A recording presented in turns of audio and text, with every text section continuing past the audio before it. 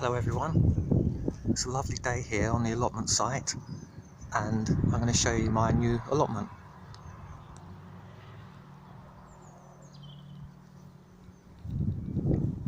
It's only a small plot and I've had it just over a month now. It's early April now and I got it about the end of February, and I've dug 3 beds so far.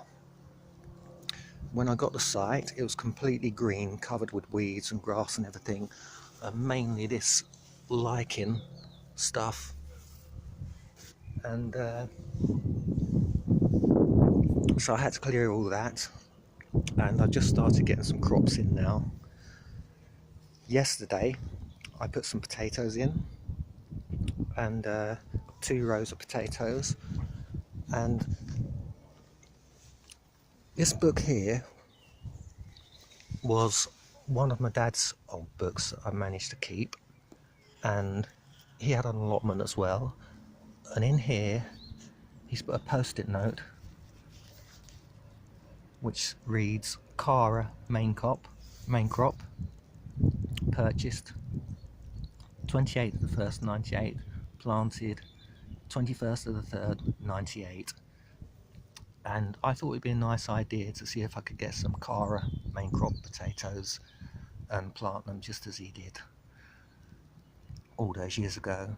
And I managed to find a nursery and they had some in stock, so I got some Cara main crop potatoes just like my dad did. And in the same fashion I put a post-it note, so I'm just going to stick that next to his.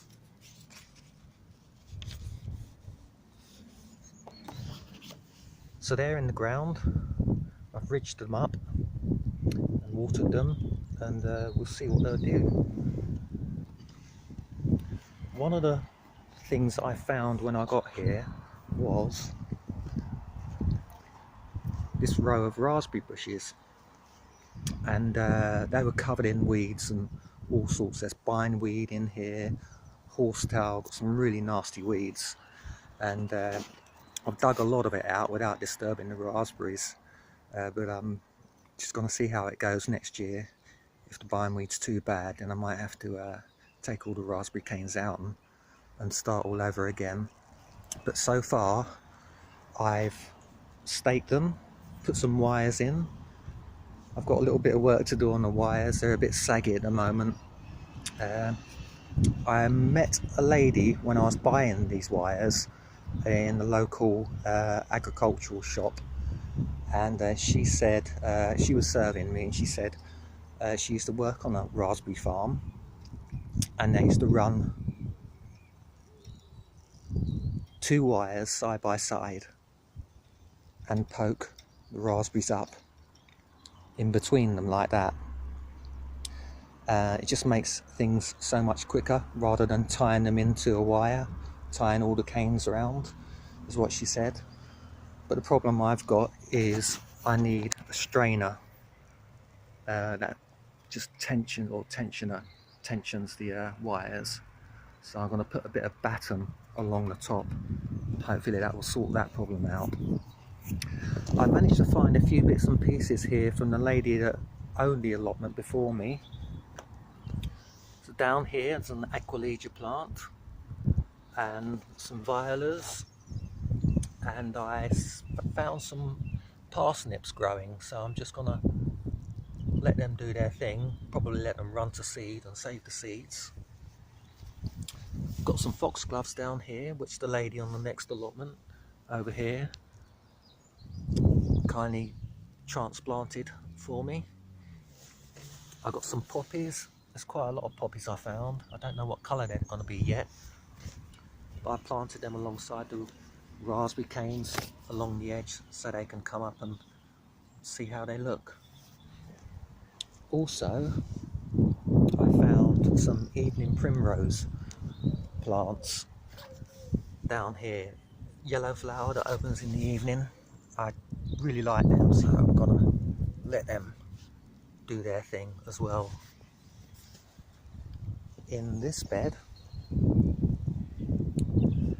I've got some Swiss chard growing. I've put 2 rows in so far. I'm going to do a succession of them, and it's a lovely plant. It's like spinach. It cooks down like spinach, but it's got an earthy flavour. That's one I really love. I found what I think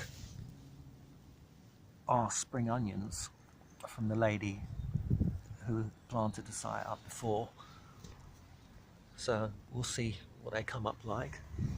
I also found a strawberry patch that was overgrown and rough, so I've dug the strawberries out, thinned them out, chosen the best ones, and we'll see how they go. They're looking quite good so far.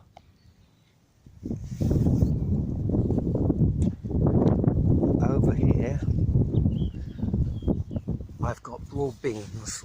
My friend VJ sent me a load of seeds, and there's some broad beans in there, so I've got 3 rows of broad beans, 2 different varieties, and along this drill here I put some carrots in, chantenay carrots, which I really like, and also put some of VJ's carrots, which are purple ones, so we're going to see what they come up like. When I took the site on, there was a load of leeks growing through the grass, so I've salvaged those. This will be their 2nd year, I think, now, so I think they're 2 years in the ground before you harvest them, and they're looking pretty good, and they've survived the transplanting quite well.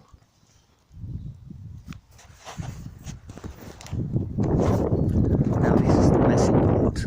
I didn't have any tools when I got here. The chairman gave me a few bits and pieces. The wheelbarrow's already here, which has been really handy, and I've got some forks and spades, pretty much everything I need, but I just haven't got a shed yet. So the shed hopefully is going to go here when I get it. Well, it's actually going to be a Wendy house. My friend's got a wooden Wendy house which his kids have outgrown, so hopefully I'll be getting a Wendy house soon. I managed to scrounge some turf from a neighbour who was digging up their drive, so I've got a few bits of turf here which are going to go on these 2 paths between the beds. Not sure how much I'm going to have yet, but we'll see. I've got 3 compost bins. There's 2 there and there's 1 inside there. I've got 1 up and running now. I've managed to chat up the manager in Tesco's to give me some old rotten veg that's been thrown out, so I'm going to start that off with that. The next one will be for next year, and the other one I'm planning to do some leaf mould in autumn, get some oak and beech leaves which make brilliant leaf mould, and have a leaf mould compost bin going for planting seedlings in the future. Yesterday I dug 2 beds, so along here I dug a bed along a wall bed, and tomatoes going to go in there, which I've got germinating at home. I've got another bed along here which is going to be for my sweet peas, which I've also started off at home, and I'm going to put some wire along here, and sorry, not wire, some mesh netting along there, some stakes. That over there is a lady's garden, but she's very peaceful, it seems.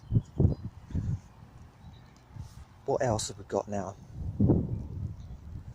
I think that's about it. Oh, I've got 2 watering cans here on the go. A good tip with watering cans is to always leave them filled with water. That way you've got a can of water when you need it, and they won't blow around in the wind if they're empty, and also snails won't get in. When you've got empty watering cans, snails get in and they get up the spout and block it, and then you wonder why there's no water coming out.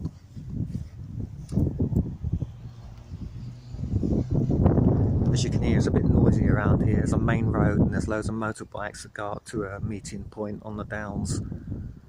So that's one downside. But other than that, it's really quiet and you don't see many people up here. I've got a new mate, Bob, who's fantastic. His allotment's over there towards the gate.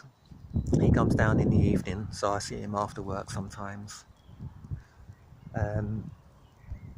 There's a nice couple on this plot here. I haven't met the lady on that plot yet. The lady on this plot I mentioned who gave me the foxgloves, she's very nice, but she doesn't really come down much. It's funny, you know, you don't see many people here and you wonder how people get anything done. I've been down here every day but one since I got the plot.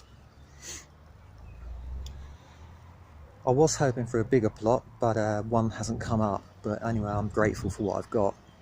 You know, it just gets me out and meet a few people here and there and use my skills again, use them for myself rather than for customers. Right, I can't think of anything else to say, so I think I'm going to sign off for now, and I'll do another video when things start coming up. Hopefully they'll come up. Alright, bye for now.